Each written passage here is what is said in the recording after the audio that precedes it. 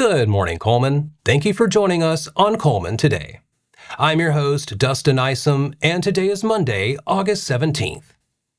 Coming up on Cullman Today, Cullman makes the top 25 in Hallmark's Merriest Christmas Town contest. Plus, Cullman City Schools ranks among Alabama's top school systems in English language arts, math, and science. And our continuing review of the Vista Lago wastewater permit separates what the public record establishes from questions that remain. All this plus your sports, weather, 4 and 4 and more. So now let's take a closer look at the top stories happening in Cullman today. Cullman has been named one of 25 finalists in Hallmark's Merriest Christmas Town contest.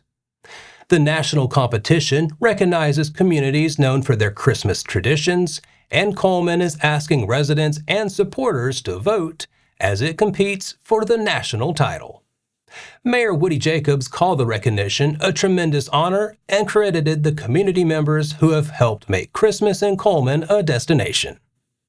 Downtown Cullman has become known for its Christmas lights, decorated storefronts, towering Christmas tree, and the Cullman Christkindl Market, celebrating the community's German heritage. Cullman Area Tourism Director Harmony Hurd said more than 415,000 people visited Christmas in Cullman last season. Public voting is open through September 4th, and supporters can cast one vote each day on Hallmark's Merriest Christmas Town contest website. And while Cullman is earning national recognition for its Christmas traditions, Cullman City Schools is starting the new school year with impressive statewide rankings.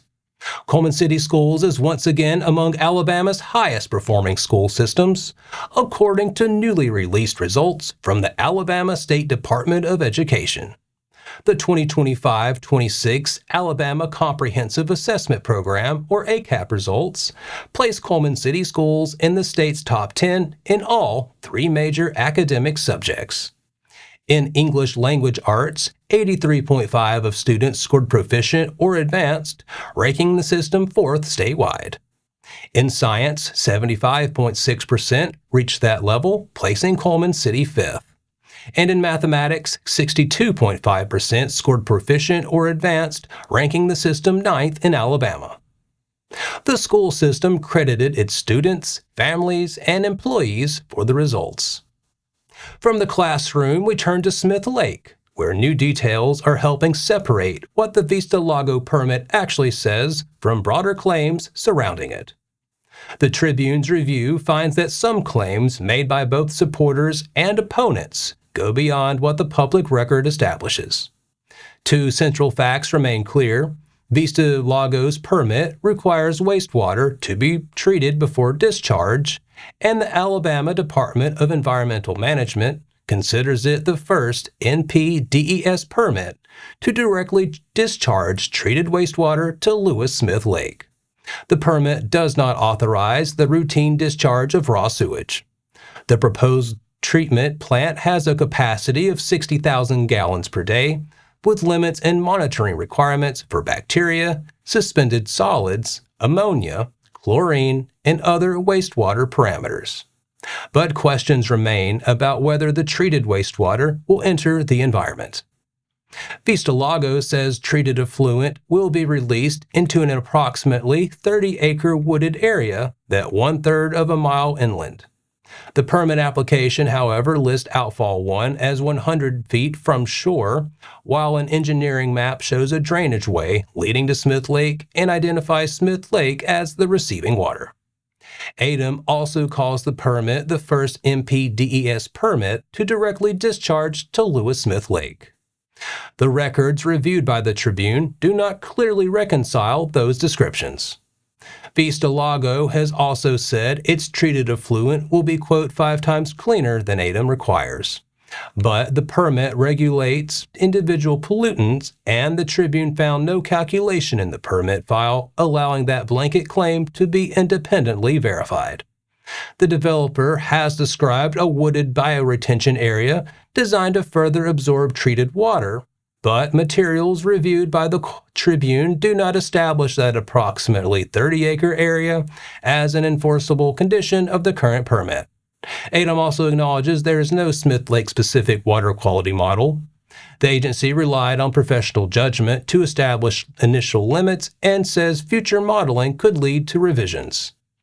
Questions therefore remain about the relationship between the physical discharge location and permitted outfall, Vista Lago's performance claims, and whether the proposed bioretention area will become part of enforceable final plans.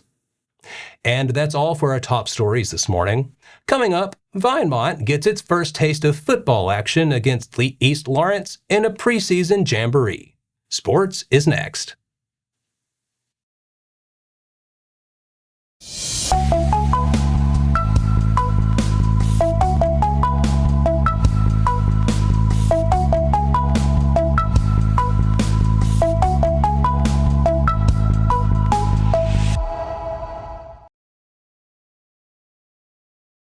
Welcome back.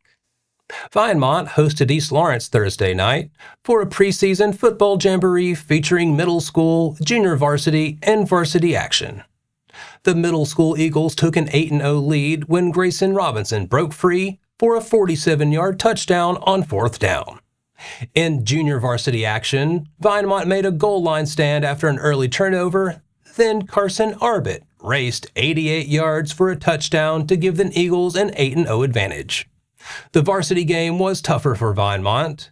After 2 first-half interceptions, the game went into halftime scoreless.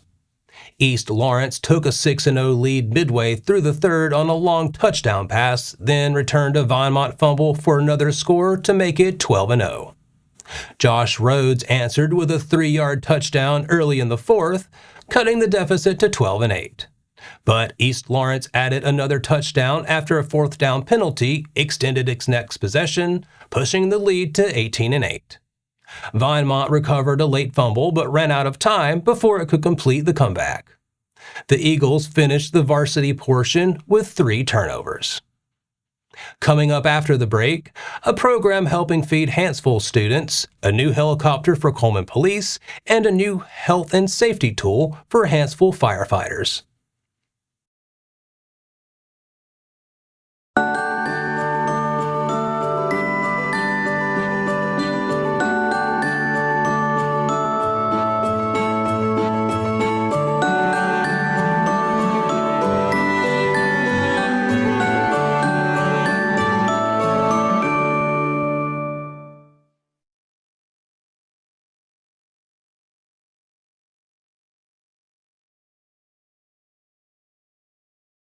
Welcome back.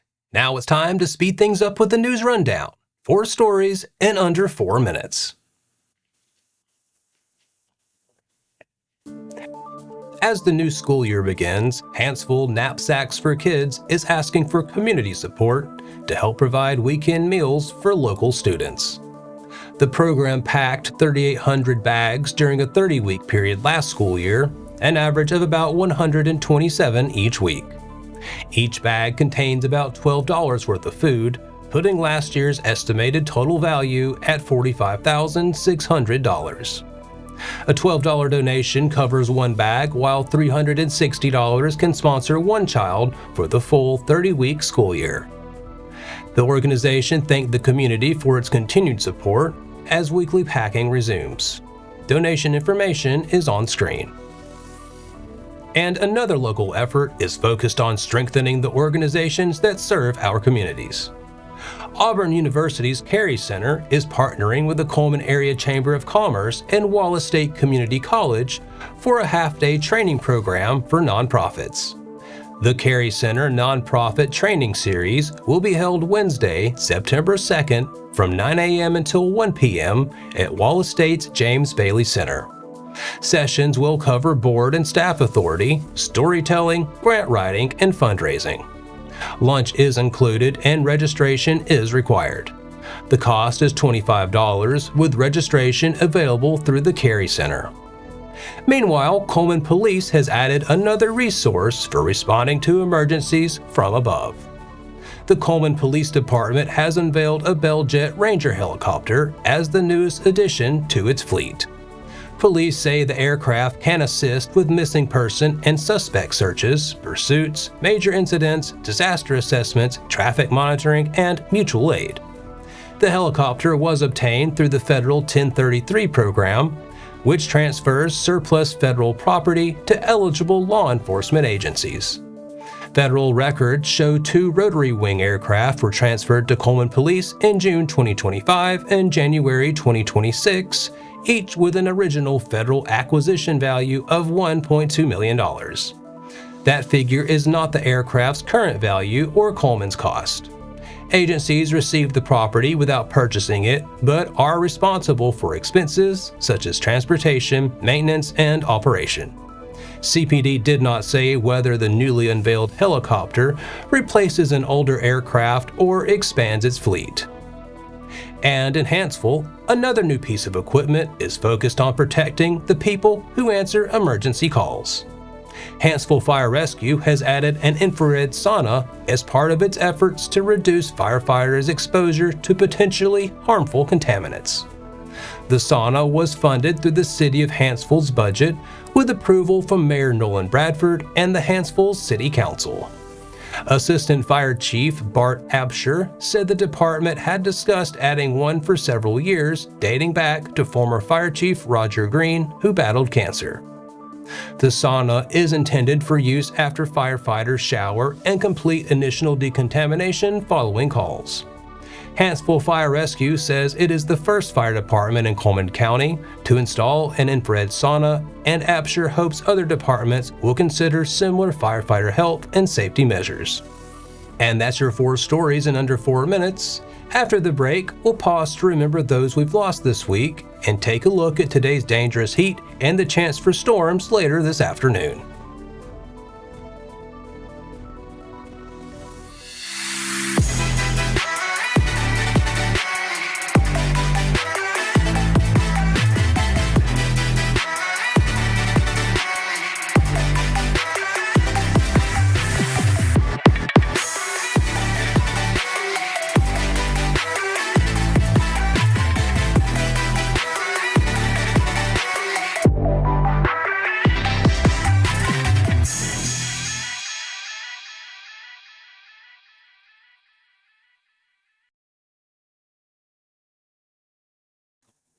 Let's take a moment to remember those we've lost this week.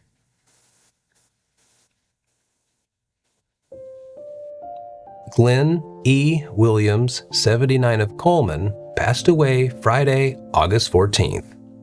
Visitation will be today from 6 until 8 p.m. at Hanceville Funeral Home. Funeral services will be tomorrow at 2 p.m. at Hanceville Funeral Home Chapel. Our thoughts and prayers go out to his friends and family. And as you head into your Monday, heat is once again the big weather story. Let's take a look at your forecast. Dangerous heat continues today with Cullman County under a heat advisory into this evening. Today will be sunny and hot with a high near 96 and heat index values as high as 108. There's a 30% chance of showers and thunderstorms mainly after 5 p.m. A few storms this afternoon and evening could bring strong wind gusts and very heavy rainfall.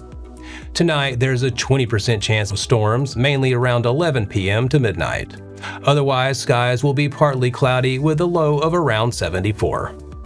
Tomorrow looks sunny with a high near 92 and a heat index value as high as 103. Tomorrow night will be mostly clear with a low of around 71. With the dangerous heat, stay in air conditioning. When possible, drink plenty of water and limit strenuous outdoor activity during the hottest part of the day. Heavy sweating, weakness, dizziness, nausea, and muscle cramps can be signs of heat exhaustion.